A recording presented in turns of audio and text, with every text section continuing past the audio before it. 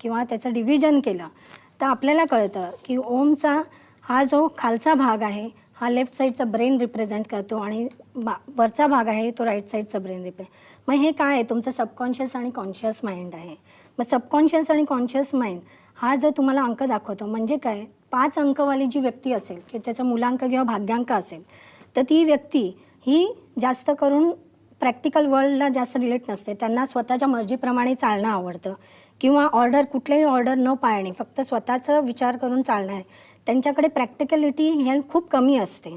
तर अशा प्रकारे जेव्हा अंकांची निर्मिती आपण ओममधून करतो तर 4 अंक ह्याच्याच उलट असतो, पण 4 अंकाला ऑर्डरमध्ये चालणं आवडतं, 5 अंक तसं नाही आहे, 5 अंक त्याच्या बरोबर विरुद्ध आहे, तो विरुद्ध दिशेने चालतो। आता ह्याचंच जर 5 अंकाचं आपण जर निर्मिती झालेली बघितली, ही जर तुम्ही वास्तुशास्त्राशी कनेक्ट केली तर आपल्याला कळतं की या भागामध्ये बघा, आता हा जो भाग आहे तो सबकॉन्शियस माइंड, त्याला आपण राईट ब्रेन लेफ्ट ब्रेन म्हणून दिलेला आहे आणि पूर्व पश्चिम उत्तर दक्षिणला हा रिप्रेझेंट करतो। आपला जो ओम अंक जर आपण ह्याच्यामध्ये बघितला तर आपल्या ह्या खालच्या भागामध्ये ओम अंक हा येतो। मग जेव्हा आपलं वरचा भाग सबकॉन्शियस आहे, राईट साईड आपली सबकॉन्शियस आहे, मग प्रॅक्टिकल वर्ल्ड तुम्हाला कुठे दिसतं, तर प्रॅक्टिकल वर्ल्डची निर्मिती आपल्या डी पॉईंटमध्ये होते, ती आहे नैऋत्य दिशेला। म्हणजे नैऋत्य दिशा ही काय संभवते, ही प्रॅक्टिकलिटी आणि फिजिकल वर्ल्ड संभवते। मग फिजिकल वर्ल्डशी रिलेटेड आता 5 अंक आणि वास्तुशास्त्राचं ह्याचं कनेक्शन कसं आहे, जेव्हा तुम्ही नैऋत्य दिशेला बघता, नैऋत्य दिशा ही उगमची दिशा मानली जाते, तिथून गोष्टींची सुरुवात होते, त्याला मूलाधार चक्रही म्हणतात, रूट चक्र म्हणतात, की तिथूनच कुंडलिनी शक्ती जागृत होते। आता कुंडलिनी शक्ती म्हणजे कुठल्याही गोष्टीची जर निर्मिती करायची झाली तर ती नैऋत्य दिशेहून होते। अशा प्रकारे अंक आणि वास्तू हे कनेक्ट होऊन अंकशास्त्राचा उगम हा वास्तुशास्त्रामध्ये तुम्ही केला।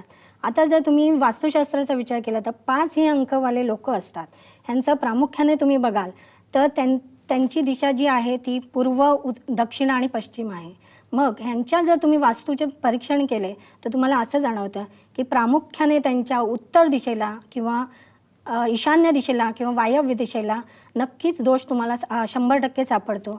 मग दोष हा टॉयलेट बाथरूम तिथे आल्यामुळे असेल किंवा तिथे मेजर कट आलेला असतो किंवा इतर काही अग्नी तिथे आलेला असतो, किचन तिथे आलेला असतो आणि अशा प्रकारे मग ही अंकातून तुम्ही वास्तुशास्त्राची निर्मिती, अंक हे जरी ओममधून निर्मित झालेले असेल तरी ह्या पूर्णाचं सार असं आहे की अंकातून वास्तुशास्त्र अंक हे कसे एकमेकांना लिंक्ड आहेत ते आपल्याला त्याच्यातून समजतं। नक्कीच, म्हणजे अंकशास्त्र आणि वास्तुशास्त्र या दोन्ही गोष्टी आहेत या परस्परांशी पूरक आहेत।